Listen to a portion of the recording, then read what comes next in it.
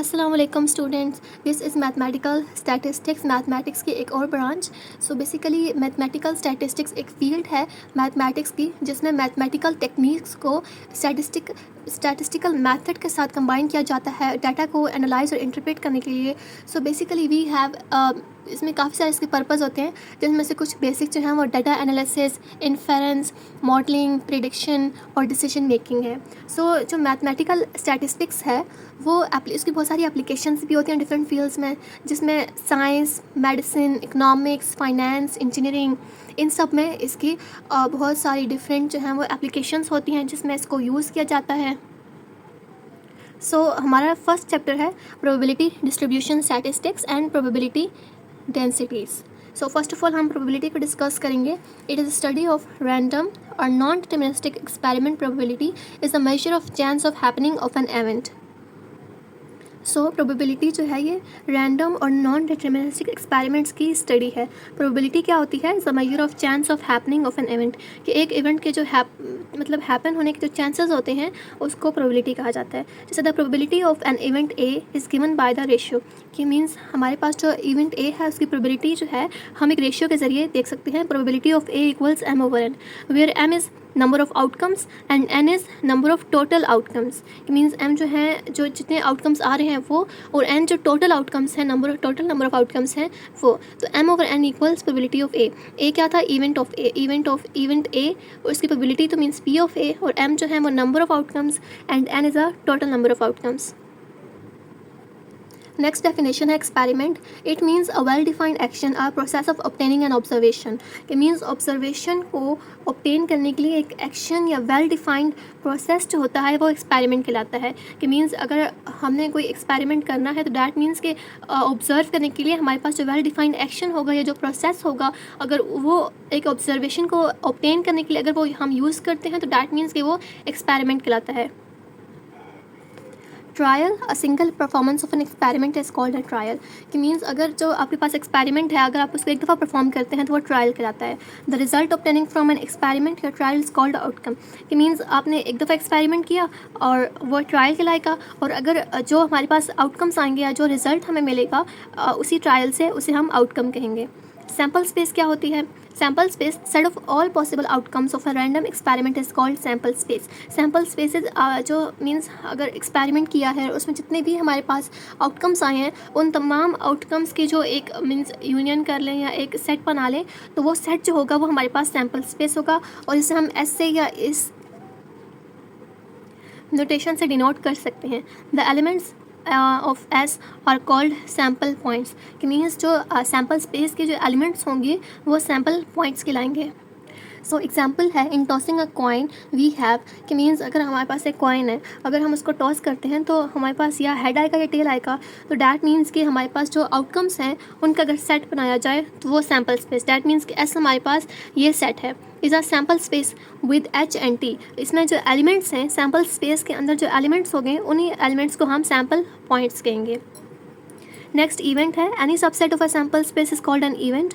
Event क्या है? कि सैम्पल स्पेस, हमारे पास जो सैम्पल स्पेस है अगर इसी का हम सबसेट बना लें तो वो हमारे पास इवेंट कहलाएगा। नोट गिवन है, sample space as itself is called a sure और सर्टन इवेंट। कि सैम्पल स्पेस जो है मीन्स सैम्पल स्पेस को हम श्योर इवेंट या सर्टन इवेंट भी कहते हैं, और फाइव जो एम्प्टी सेट होता है is called impossible event with zero probability. Because क्योंकि ये एम्प्टी सेट है और इसमें कोई भी हमारे पास मीन्स एलिमेंट्स नहीं होते, तो डैट मीन्स कि इसमें ये इम्पॉसिबल इवेंट है जिसमें ज़ीरो प्रोबेबिलिटी होती है, और जो सैम्पल स्पेस होगी उसे श्योर या सर्टेन इवेंट कहेंगे, और जो फाई है एम्प्टी सेट है उसे impossible event with zero probability. Question given है, proof the following probability of phi equals zero. Because हम जानते हैं कि फाई जो है वो एम्प्टी सेट होता है और इसे इम्पॉसिबल, इसकी जो इसे हम इम्पॉसिबल इवेंट भी कहते हैं जिसमें जीरो प्रोबेबिलिटी होती है। That's why probability of phi equals zero. अब हम इसको सॉल्व कैसे करेंगे? प्रूफ है कि अगर हम यूनियन लें सैम्पल स्पेस का और फाई का, तो मीन्स यूनियन में तो हमारे पास सैम्पल स्पेस आएगा, बिकॉज अगर हम 1 और 0 का यूनियन लेते हैं तो हमारे पास 1 आएगा। दैट्स वाई सैम्पल स्पेस और फाई का जब यूनियन लेंगे तो हमारे पास एस आएगा। सो फर्स्ट देन हमने इसमें प्रोबेबिलिटी अप्लाई की है, P of S union phi. So जब हम प्रोबेबिलिटी लेंगे ऑफ सैम्पल स्पेस में मीन्स अगर हम जब सैम्पल स्पेस की प्रोबेबिलिटी लेंगे तो 1 आएगी, बिकॉज उसमें तमाम जो उसके एलिमेंट्स होते हैं वो तमाम इंक्लूड होते हैं, तो डैट मीन्स वो 1 की इक्वल होती है। क्योंकि हम जानते हैं कि जो प्रोबेबिलिटी होती है ये नेगेटिव नहीं होती, हमेशा पॉजिटिव होती है और 0 और 1 के दरमियान होती है। तो डैट मीन्स कि अगर हमारे पास 5 आ जाता है मीन्स जो कि इम्पॉसिबल इवेंट है, तो डैट मीन्स कि इन डैट केस हमारे पास प्रोबेबिलिटी जो होगी वो 0 होगी। और अगर हमारे पास सैम्पल स्पेस जो अगर हम उसी की प्रोबेबिलिटी लेते हैं तो डैट मीन्स कि 1 आएगा, because it is sure event या सर्टन इवेंट, मीन इसमें तमाम उसके एलिमेंट्स इंक्लूड होंगे। डैट्स वाई जब हम सैम्पल स्पेस की प्रोबेबिलिटी लेंगे तो 1 की इक्वल आएगी। देन हमने यूनियन को ओपन किया, probability of S union plus हो गया, और probability of phi, probability of phi is 0, probability of S is 1, so 1 plus अगर 1 जो है अगर इस तरफ आएगा तो -1 हो जाएगा, 1 - 1 कैंसिल हो जाएंगे, that's why probability of phi जो है वो 0 की इक्वल होगी। सो इस तरह हमने देखा कि प्रोबेबिलिटी ऑफ 5 जो है वो 0 की इक्वल होता है। नेक्स्ट हम प्रूफ करेंगे for every A belongs to S, S हमारे पास सैम्पल स्पेस है और ए कोई भी इवेंट हो सकता है। So probability of A complement equal है 1 माइनस प्रोबेबिलिटी ऑफ ए। इस इक्वेशन को हम प्रूफ करेंगे। सो सपोज करें कि ये हमारे पास सैम्पल स्पेस है और सैम्पल स्पेस में ये इवेंट ए है। अगर ये ए है तो डैट मीन्स इसके अलावा जो भी होगा वो इसका कॉम्प्लीमेंट होगा, तो ये जो रिमेनिंग है ये इसका ए कॉम्प्लीमेंट होगा। Since A and A complement are mutually exhaustive and collectively exhaustive, that means कि अगर हम इनका यूनियन लें तो इनका यूनियन जो है वो एम्प्टी आएगा, मीन्स 0 आएगा या 5 कह सकते हैं, बिकॉज इनमें जो है ये आपस में म्यूचुअली एक्सक्लूसिव नहीं है, म्यूचुअली एग्जॉस्टिव है। एग्जॉस्टिव मीन्स इनका जो इंटरसेक्शन है वो इनका जो यूनियन है वो 0 आएगा, मीन्स टोटली ये इंटरसेक्ट करें एक दूसरे को। सो ए यूनियन ए कॉम्प्लीमेंट लें तो वो एस आएगा। अगर हम ए को इस टर्म ये टर्म और ये टर्म अगर इनका यूनियन लेते हैं तो डैट मीन्स कि ये पूरी टर्म आ जाएगी जो कि सैम्पल स्पेस है, that's why A union A complement S की इक्वल है।